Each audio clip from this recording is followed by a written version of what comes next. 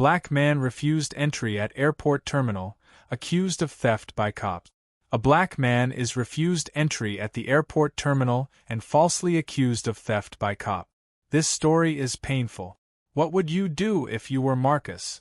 How would you feel if you were stopped by airport police right before your flight and accused of a crime you didn't commit? Imagine the only reason they singled you out was because of the color of your skin. Picture this. You're standing in an airport terminal, bags in hand, ready to catch your flight, and then your entire world shifts in an instant. Marcus, an accomplished businessman and devoted father, eagerly waiting to board his flight home after a long business trip. As he approached the gate, he noticed two officers watching him closely. He shrugged it off, thinking it was just routine security. But as he got closer, he saw them whisper to each other, glancing at him repeatedly. He couldn't shake the feeling that something wasn't right. What would you do if you suddenly felt like a target in a place that was supposed to be safe? With tension mounting, Marcus took a deep breath and decided to approach the gate with confidence. But before he could hand his ticket to the attendant, the two officers stepped in front of him, blocking his path. They looked him up and down, eyes lingering on his clothes, his skin, and his carry-on. "Sir, we need to talk to you," one officer said, his voice carrying an unmistakable edge. If you were Marcus, how would you react? Would you question why they were stopping you? Would you feel anger, confusion, or fear? Marcus was taken aback but kept his cool. "Is there a problem?" he asked, trying to keep his voice steady. But instead of answering him directly, the officers began questioning him, their tone suspicious, as if they had already decided he was guilty. "Where are you coming from? Why are you here? Can you prove these items in your bag are yours?" Each question felt like an accusation. Then, the bombshell dropped. "We have reason to believe you're in possession of stolen goods," one officer said coldly, nodding toward Marcus's bag. Imagine being accused of theft without a single piece of evidence. How would you feel? Angry? Helpless? Would you argue, or would you stay silent, hoping they'd realize their mistake?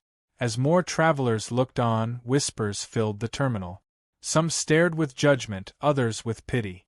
Marcus felt his heart pounding. His pulse raced. He knew he hadn't done anything wrong, yet here he was, humiliated and shamed in front of everyone. With frustration and disbelief rising, Marcus tried to explain himself, but every attempt was met with skeptical glares. He could see it in their eyes. They weren't listening. They'd already labeled him as guilty, as if his skin color alone was enough evidence. What would you do in Marcus's shoes?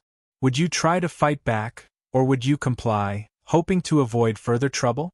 The officers insisted on searching Marcus's bag, rifling through his personal belongings with no care or consideration. They pulled out his laptop, his work files, even his child's handmade card he kept in his briefcase. But the real sting came when one officer held up Marcus's wallet, staring at him as if daring him to explain its contents.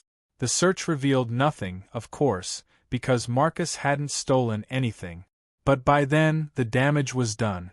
The officers huddled for a moment, whispering, before one finally muttered, "We'll let you go this time." No apology. No acknowledgement of their mistake. Just a begrudging release. Imagine hearing those words, knowing you did nothing wrong. Would you accept it and walk away, or would you demand accountability?